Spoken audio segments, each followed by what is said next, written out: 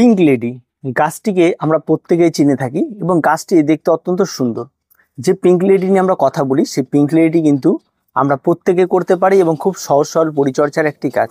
কিন্তু আজকের ডেটে সেই পিঙ্ক লেডি যখন ঘন বৃষ্টি হয় বা পিঙ্ক লেডিতে যখন কড়া রোদ্রু পড়ে, তখন গাছগুলিতে বেশ কিছু সমস্যা দেখা দেয়।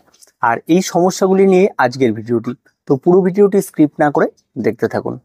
সবার প্রথমে যখন ঘন বৃষ্টি হয় এবং গাছের গোড়ায় প্রচুর পরিমাণে জল জমে যায়, তখন দেখা যায় গাছের পাতা উপরের যে পাতাগুলি রয়েছে সেই পাতাগুলিতে এক ধরনের ধসা রোগ লেগে যায় এবং তারপরে বেশ কিছুদিন পর সেই সমস্ত ধসা রোগ থেকে গোটা গাছটিতেই ছেয়ে যায়। তবে এই ধসা রোগে কিন্তু গাছটি সম্পূর্ণরূপে মারা যাবে এমনটা কিন্তু হয় না।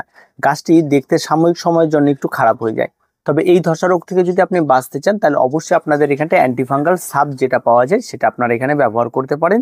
খুব সহজভাবে সেটা খুব ভালো কাজ করে এবং তাড়াতাড়ি সেটা থেকে রিকভার পেয়ে যায়। আর এটা যদি কন্টিনিউ বৃষ্টি 7 দিন 8 দিন হয়ে থাকে, তাহলে কিন্তু সেখানে সাব স্প্রে করার সময়ই আমরা পাই না, যার ফলে সেই সময় কিন্তু গাছে প্রচুর পরিমাণে ছেয়ে যায়। তবে স্প্রে করার পরে একটু ধৈর্য ধরতে হবে। আর যে সমস্ত পুরনো যে পচা পাতাগুলি রয়েছে সেগুলি একটা কিছু দিয়ে কেটে আপনাকে ফেলে দিতে হবে। তারপরে দেখবেন সেই জায়গা থেকে সম্পূর্ণরূপে আপনি একদম রোগমুক্ত গাছ পেয়ে যাবেন।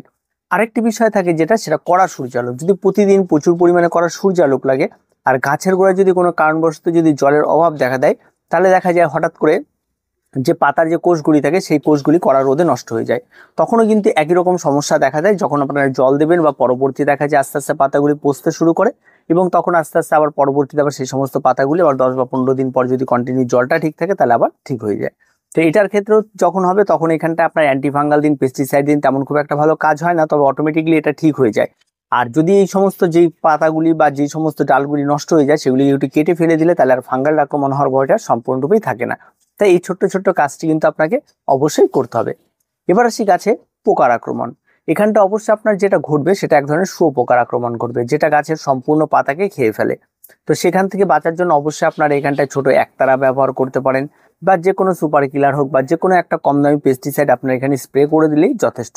আর যদি কারো না থাকে তাহলে নিম তেল ব্যবহার করতে পারেন বা নিম পাতা ভেজানো জল ব্যবহার করতে পারেন। এই সমস্ত ঘরোয়া টোটকা দিয়েও কিন্তু সেই সমস্ত কিছু কিন্তু ঠিক হয়ে যায়। তো অবশ্যই আপনারা এটা অবশ্যই করতে পারেন।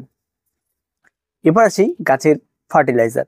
অবশ্যই আমরা গাছ লাগিয়েছি, গাছে তো খাবার দেবো। এই সময় কিন্তু গাছ সম্পূর্ণরূপে এতটা পরিমাণ ভরে যায় যে গাছে খাবার দেওয়ার বিষয়টি বা গাছের গোড়ার দিকে আমরা ভিড়তে পারি না। আর যেহেতু গাছের গোড়ায় ভিড়তে পারি না বা যে সমস্ত খাবারই আমরা গাছের গোড়ায় দিই সেই খাবারগুলি যদি কোন কারণবশত সেখানটা পচন ধরিয়ে দেয়, তাহলে কিন্তু গাছের গোড়া কিন্তু সম্পূর্ণরূপে নষ্ট হয়ে যাবে এবং সেখানটা আমরা হাতও আমরা পৌঁছাতে পারবো না, তার সঠিক প্রতিকার করাটাও খুব মুশকিল হয়ে যায়।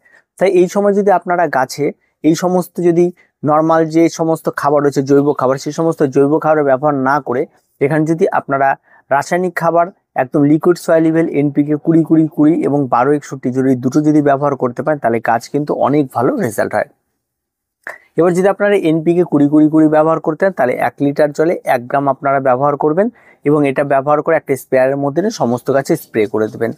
আর 12-61-0 যেটা রয়েছে সেটা আপনারা 1 লিটার জলে 1 গ্রাম নেবেন এবং সেটা আপনারা সমস্ত গাছে স্প্রে করে দেবেন। প্রথম স্প্রেটা আপনারা করবেন এনপিকে 20-20-20, তার ঠিক 5 থেকে 7 দিনের মাথায় গিয়ে আবার এনপিকে 12-61-0 এই দুটো স্প্রে করে দেবেন।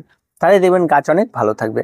আর যদি আপনার কাছে কোনো কারণবশত যদি একটা ভিটামিন থেকে থাকে বা বায়োভিটা থেকে থাকে বা সাগরিকা থেকে থাকে, এখন প্রচুর কোম্পানির পাওয়া যায়, বা মিরাকুলার থেকে থাকে, যে কোনো কিছু থেকে, সেটা 1 লিটার জলে 1 ml নিয়ে এই সমস্ত গাছে যদি স্প্রে করেন, তাহলে গাছের রেজাল্ট আরও দুর্দান্ত হয়ে যায় এবং গাছের গ্রোথটা আরও ফাস্ট হয়ে যায়। তো এই গেল এই সমস্ত গাছের খাবার। এই সময় আপনারা যাদের গাছগুলি একবার রয়েছে, আমি অনেকের ক্ষেত্রে দেখেছি গাছগুলো রেখে দিয়েছে, কোনো খাবার দেওয়া নেই, কোনো কিছু দেওয়া নেই, হয়তো গাছ একটা নির্দিষ্ট মাটিতে খাবারের পর গ্রোথ নিয়ে নিয়েছে, তারপরে স্টপ হয়ে গেছে। আর গাছে খাবারটা দেবে কোথায়? পুরো টবে তো আর জায়গা থাকে না, হাতও ঢুকবে না, কোনো কিছু হয় না। তো তাদের জন্য অবশ্যই এই ধরনের স্প্রেয়ারের মধ্যে নিয়ে আপনাকে লিকুইড খাবার যদি আপনারা ব্যবহার করতে পারেন, তাহলে অনেক ভালো ফল পাবেন। এবার আসি আপনাদের যে বিষয়টি সবচেয়ে গুরুত্বপূর্ণ, সেটা হচ্ছে মনিটরিং। অবশ্যই এই সময় আপনাদের গাছের সাইডে দেখতে হবে গাছটি কোন দিকে বেশি বেড়ে যাচ্ছে, গাছের রোদটা যেদিকে লাগছে সেদিকে বেশি বাড়ছে না অপোজিট সাইডে বাড়ছে, সেগুলো দেখে দেখে টবগুলোকে একটু যদি ঠিক করে দিতে পারেন তাহলে খুব ভালো হয়। আর যাদের হ্যাঙ্গিং রয়েছে তার মাঝে মধ্যে একটু ঝুলিয়ে দেবেন বা হ্যাঙ্গিংটি একটু ঘুরিয়ে দেবেন, তাহলে কিন্তু অনেকটা ভালো হয়, দেখবেন সব দিকে শেপটা সমান হয়ে থাকে। আর এই গাছগুলি এমন একটি গাছ, যখন এরা গ্রোথ নেওয়া শুরু করে তখন এত সুন্দরভাবে এরা গ্রোথ নেবে যে পুরো টপটিকে জুড়ে যাবে এবং যেটা আপনার দেখলে একটু আলাদা রকমই আনন্দ লাগবে, এত সুন্দর একটি গাছ।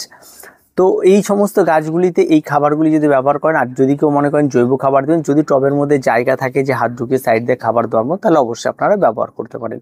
আর যদি রাসায়নিক খাবার দানাদার যেটা থাকে সেটা যদি দিতে চান, তাহলে অবশ্যই আপনারা এখানটায় ডিএপি ব্যবহার করতে পারেন। এনপিকে সেম রেশিওর যে কোনো খাবার ব্যবহার করতে হবে। প্রত্যেকটা গাছের জন্য সর্বোচ্চ 10 দানা, এর বেশি ব্যবহার করবেন না। তাও টব বুঝে, যদি টবটা বড় হয়ে থাকে তাহলে 10 দানা, যদি মিডিয়াম হয়ে থাকে তাহলে অর্ধেক করে দেবেন। তো এই সমস্ত পরিচর্যাগুলি থাকে এই সময় পিঙ্ক লেডি, আর তেমন কোনো আহামরি কিছু নেই। আর প্রত্যেকে এটা খুব মন দিয়ে করুন। খুব মানে একটা আমাদের সকলের পছন্দের একটি গাছ, আর নামটাও খুব সুন্দর, এবং তার সঙ্গে সঙ্গে গাছের সৌন্দর্য তো একটু আলাদা রকমেরই। তো এই গাছটিকে যারা যারা করতে চান তারা এখনই করে করুন, আর যারা এখনো বসাননি বা বসাতে চান তার খুব তাড়াতাড়ি এই সমস্ত গাছের চারাগুলি সংগ্রহ করুন এবং আপনারা বসিয়ে ফেলুন। আর তার জন্য যদি মাটির মিশ্রণ আপনারা জিজ্ঞাসা করেন, তাহলে অবশ্যই আপনাদের বলবো ওয়েল ড্রেনেজ মাটি নেবেন। 50% মাটি, 30% মানে আপনার কম্পোস্ট, আর 20% বালি, এই দিয়ে একটা ওয়েল ড্রেনেজ মাটি তৈরি করুন এবং গাছগুলিকে বসিয়ে দিন। দেখবেন বেশ সুন্দর এখান থেকে গ্রোথ হবে। আর গাছে খাবার দাবার এবং নিয়মিত ট্রিটমেন্ট এই সমস্ত কোনো কিছুই নেই। এই সমস্ত গাছের দুটো ট্রিটমেন্ট, একটা হচ্ছে গাছের লিকুইড খাবার দেওয়া, আর একটা হচ্ছে গাছের যে সমস্ত পাতাগুলি পচে যাচ্ছে সেগুলিকে কেটে ছেটে একটু বাদ দিয়ে দেওয়া। এর বাইরে কোনো রকম কোনো পরিচর্যা নেই। খুব সহজ সরল একটি গাছ। আর জাস্ট গাছটিকে দূর থেকে প্রতিদিন দেখবেন, আর তার শেপ দেওয়ার জন্য একটু কাটাই ছাটাই করে দেবেন, তাতেই যথেষ্ট। আর চারা প্রস্তুত করতে চাইলে এটা একটা উত্তম সময়। তাহলে আপনারা তার সাইড থেকে কোনো রকম কোনো একটা ডাল নিয়ে বা কোনো কিছু নিয়ে এটাকে বসিয়ে দিন। যে কোনো একটা নর্মাল মাটির মিশ্রণ তৈরি করে সেখানেও সুন্দরভাবে চারা তৈরি হবে। তো চারা তৈরি করা এবং তার ভিডিওগুলি আমাদের চ্যানেলে দেওয়া রয়েছে, যারা এখনো দেখেনি তারা খুব তাড়াতাড়ি সেগুলিকে দেখে নিন এবং নিজেরা নিজেদের ইচ্ছা মতো চারা তৈরি করে এবং আরো সুন্দরভাবে গাছ তৈরি করে ফেলুন। তো আজকে এ পর্যন্ত, দেখা হয় পরবর্তী ভিডিওতে। প্রত্যেকে ভালো থাকবেন, প্রত্যেকে সুস্থ থাকবেন, আর চ্যানেলটিকে অবশ্যই সাবস্ক্রাইব করে রাখবেন।